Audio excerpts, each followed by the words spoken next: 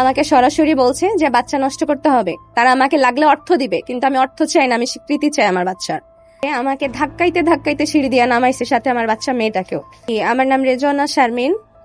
আমার হাজবেন্ডের সাথে আমার শরীয়ত মোতাবেক 9 মার্চ বিয়ে হয়েছে। আমি 22 সপ্তাহের প্রেগনেন্ট। আমাদের ফ্যামিলি জানতো না, আমরা নিজেরা ভালোবেসে বিয়ে করছি। আমাদের ফ্যামিলিকে গত সপ্তাহে জানানো হয়েছে। জানানো হইলে তার বাবা মা বলছে যে আমাকে তারা মেনে নিবে না, কারণ আমার আগের সংসারের একটা বাচ্চা মেয়ে আছে, তারা মেনে নিবে না।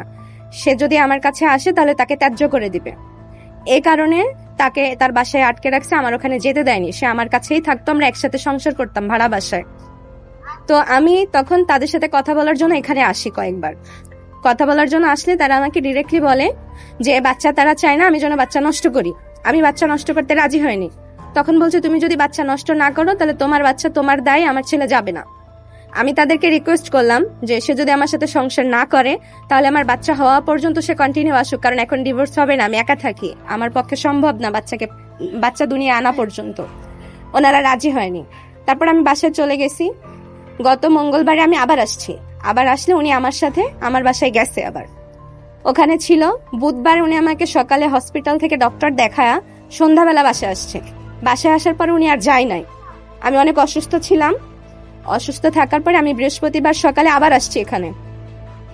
এসে আমি যখন তার সাথে কথা বলতে গেছি, তার বাবা মা আমাকে সরাসরি বলছে যে বাচ্চা নষ্ট করতে হবে। তারা আমাকে লাগলে অর্থ দিবে, কিন্তু আমি অর্থ চাই না, আমি স্বীকৃতি চাই আমার বাচ্চার। অর্থ দিবে, আমি বাচ্চা নষ্ট করতে রাজি হয়নি। তখন আমার হাজবেন্ড বলছে যে তোমার কাবিননামা নাই, আমি আমার বাবার জন্য, আমার মায়ের জন্য, আমার আগের 5 বছরের সংসারের বউরে ভাগায় দিছি। তুমি কনস্যাক্ট, তোমার লাগলে আমি আমার বাবা মার জন্য আমার বাচ্চা বলি দিয়ে দিব। তোমার কাবিননামা নেই, পারলে তুমি প্রমাণ করে দেখাও যে তোমার বিয়ে হয়েছে। যাও, তোমার কিছু করার থাকলে তুমি কোর্টে যাও, আইন নাও, আইনের কাছ থেকে যাই আমরা বুঝবো। এভাবে বলার পরে আমাকে বাসা থেকে বের করে দেওয়া হয়েছে। আমি বাসায় চলে গেছি। বাসায় চলে যাই। আমি বুধবার গতকালকে পর্যন্ত অপেক্ষা করছি। সে আমাকে ওই দিনই ব্লক করে দিছে সব জায়গা থেকে। আমার ফোন ধরে না। আমি বহুবার তাকে রিচ করার চেষ্টা করছি, ফোন দিছি, মেসেজ দিছি, এগুলো সব প্রমাণ আমার কাছে আছে। উনি আসেনি যখন, আমি গতকালকে আবার আসছি। আমি এসে যখন ওনার সাথে কথা বলতে নিছি, আমি কথা বলছি, তখন ওনার বাবা এসে আমাকে ধাক্কাইতে ধাক্কাইতে সিঁড়ি দিয়ে নামাইছে, সাথে আমার বাচ্চা মেয়েটাকেও। আমি 999 ফোন দিছি, ওনারা আসছে।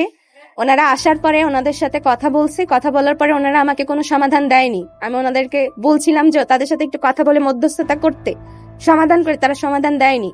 আমাকে বলছে আপনার কাবিননামা নাই, আপনার যদি কিছু করার থাকে আপনি কোর্টে যেয়ে মামলা করেন, বলে তারা আমাকে এখানে রেখে চলে গেছে। আমি এখন এখানেই বসে আছি। তারা আমার স্বামীকে নিচে নামতে দেয়নি। কিছুক্ষণ পরে তারা চলে যাওয়ার পরে প্রেস আসছে, তারা প্রেসের মোবাইল ছিনায় নিছে, তাদের সাথে খারাপ ব্যবহার করছে, তাদের আইডি কার্ড দেখতে চাইছে, এখানে ঝামেলা করছে প্রেসের সাথে।